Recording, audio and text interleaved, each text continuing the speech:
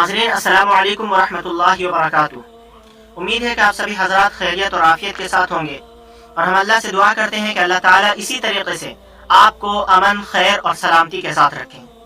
ناظرین، پچھلے کچھ دنوں میں نے ایک آرٹیکل پڑھا، اس میں لکھی ہوئی جو بات تھی، مجھے لگتا ہے کہ آپ لوگوں کا جاننا بہت ہی زیادہ ضروری ہے۔ بلا کسی تاخیر کے ہم آرٹیکل کو شروع کرتے ہیں۔ ایک وقت وہ تھا کہ جب یورپ میں نہانے کو کفر سمجھا جاتا تھا، یورپ کے لوگوں سے سخت بدبو آتی تھی۔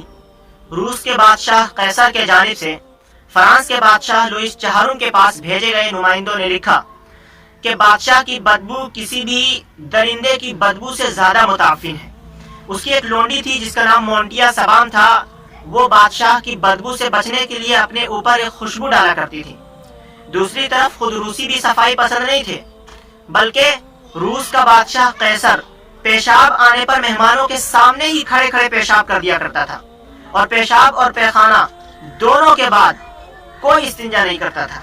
ایسی گندی مخلوق میں نے کبھی نہیں دیکھی۔ اندلس میں لاکھوں مسلمانوں کو قتل کرنے والی ملکہ ایزابیلا صرف اپنی پوری زندگی میں 2 مرتبہ نہائی، اور انہوں نے مسلمانوں کے بنائے ہوئے تمام حمام خانوں کو گرا دیا۔ اسپین کے بادشاہ فلپ دوئم نے اپنے ملک میں نہانے پر مکمل طریقے سے پابندی لگا رکھی تھی، اور اس کی بیٹی ایزابیل دوئم نے قسم کھائی تھی کہ جب تک شہر کا محاصرہ ختم نہیں ہو جاتا اپنے داخلی لباس بھی تبدیل نہیں کروں گی، اور محاصرہ ختم ہونے میں 3 سال لگے۔ یہ عوام کے نہیں، مغرب کے بادشاہوں اور حکمرانوں کے واقعات ہیں جو تاریخ کے صفحات میں محفوظ ہیں۔ جب ہمارے سیاح کتابیں لکھ رہے تھے اور ہمارے سائنسداں نظام شمسی پر تحقیق کر رہے تھے، ان کے بادشاہ نہانے کو کفر قرار دے کر قتل کروا رہے تھے۔ جب لندن اور پیرس کی آبادیاں 30 اور 40 ہزار تھیں، اس وقت اسلامی شہروں کی آبادیاں 1 ملین ہوا کرتی تھیں۔ فرینچ پرفیوم بہت مشہور ہے۔ اس کی شہرت کی وجہ یہی ہے کہ پرفیوم لگائے بغیر پیرس اور لندن میں گھومنا ناممکن تھا۔ ریڈ انڈیز جب اہل یورپ سے لڑتے تو اپنے ناک میں گلاب کے پتے ٹھوس لیتے، گلاب کے پتوں کو اپنے ناک میں دبا لیتے، کیونکہ وہ جانتے تھے کہ اہل یورپ کی تلوار سے زیادہ اس کی بدبو تیز ہے۔ فرانسیسی مورخ دریبار کہتا ہے کہ ہم یورپ والے مسلمانوں کے مقروض ہیں۔ انہوں نے ہی ہمیں صفائی اور جینے کا ڈھنگ سکھایا، انہوں نے ہی ہمیں نہانا، دھونا اور لباس تبدیل کرنا سکھایا۔ جب ہم ننگے دھڑنگے ہوا کرتے تھے، اس وقت وہ اپنے کپڑوں کو زمرد، یاقوت اور مرجان سے سجاتے تھے۔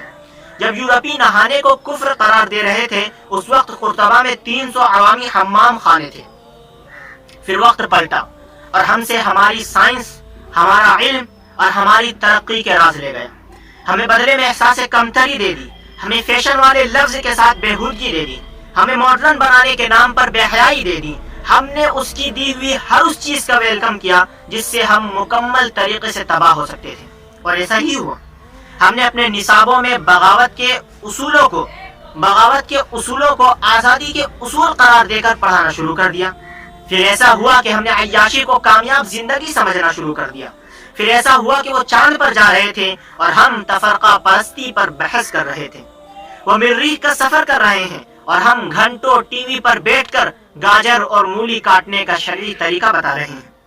انہوں نے سمندر میں پیٹرول کے ذخائر بنانے شروع کر دیے، اور ہم نے پیٹرول سے جلاؤ، گھیراؤ، آگ لگاؤ تحریکیں کرنا شروع کر دی۔ انہوں نے ادب میں ایسے شاہکار تخلیق کرنے شروع کر دیے جو افکار بدل کر کے رکھ دے، تو ہم نے ادب میں لب و رخسار، چائے کی پیالی، کالج کی لڑکی لکھنا شروع کر دیا۔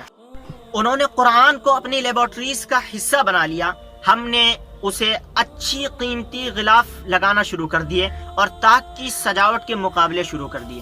انہوں نے عمر فاروق کی سادگی اپنا لی اور ہم نے عیاشی اپنا لی۔ جب وہ اپنے بچوں کو زندگی کی حقیقت سکھا رہے ہیں، ہم اسکول، کالج اور یونیورسٹیز میں فرسٹ، سیکنڈ اور تھرڈ لانے کے گر بتا رہے ہیں۔ اہل دانش جانتے ہیں کہ آئندہ آنے والی جنگیں میدان جنگ میں نہیں ہوں گی بلکہ کلاس روم میں ہوں گی، اور ہم آج نئی نسلوں کو مادیت پرستی کے بھٹی میں جھونک رہے ہیں اور ترقی اور کامیابی کا استعارہ قرار دے رہے ہیں۔ وہ اپنے بچوں کو جینا سکھا رہے ہیں اور ہم اپنے بچوں کو جیتنا سکھا رہے ہیں۔ جب وہ شیکسپیئر اور گوئٹے کے کلام کو الہامی اور روحانی کلام ثابت کرنے کی کوشش کر رہے ہیں، عین اسی وقت ہم اقبال کو مشکل قرار دے کر اپنی نئی نسل کو تن آسان بنا رہے ہیں۔ آج خدا بھی وہی ہے، زمانہ بھی وہی ہے، مگر معیار بدل گئے ہیں۔ اگر کوئی مجھ سے ان حالات کی وجہ پوچھے تو میں اسے علامہ اقبال کی طرف لے جاؤں اور کہوں کہ شکوہ اور جواب شکوہ پڑھیں، سارا مسئلہ حل ہو جائے گا، ساری بات سمجھ میں آ جائے گی، نصاب کا حصہ بنا لیں، آنے والی نسلیں ضائع ہونے سے بچ جائیں گی۔ خدا حافظ، فی امان۔